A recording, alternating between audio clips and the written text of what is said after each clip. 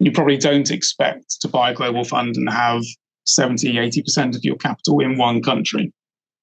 Most single country funds have written in their prospectus that they can invest 20% or so outside of the name of the country on the fund. So even if they don't use it. So I think you can argue that most global funds today, most tracker funds, for example, look more like a US fund than a global fund. And then the same is also true for income. You might buy an income fund expecting it to do something different to the growth funds or the passive trackers that you have in your portfolio already. You probably don't expect your income fund to own the companies that are in those products, which are often ones that don't pay any dividends or barely pay a yield at all.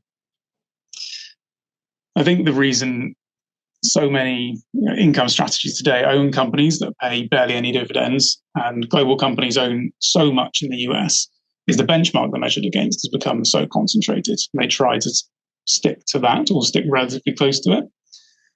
You can measure the concentration in lots of ways.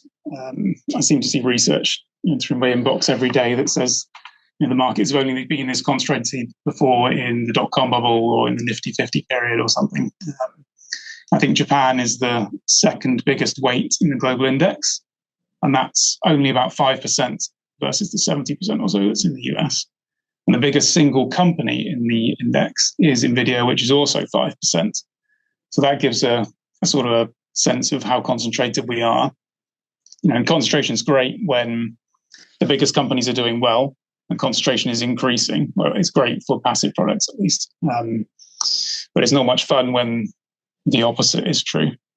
So, for us, one of the key things we do is we don't construct the portfolio by beginning with the benchmark and then trying to spread away from it. It's very much done from a blank sheet of paper.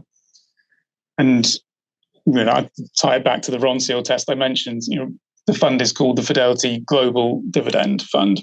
So we think it's important that we own companies that span a range of geographies, hence the global, and that everything in the fund pays a decent dividend so that investors are getting what it says on the tin.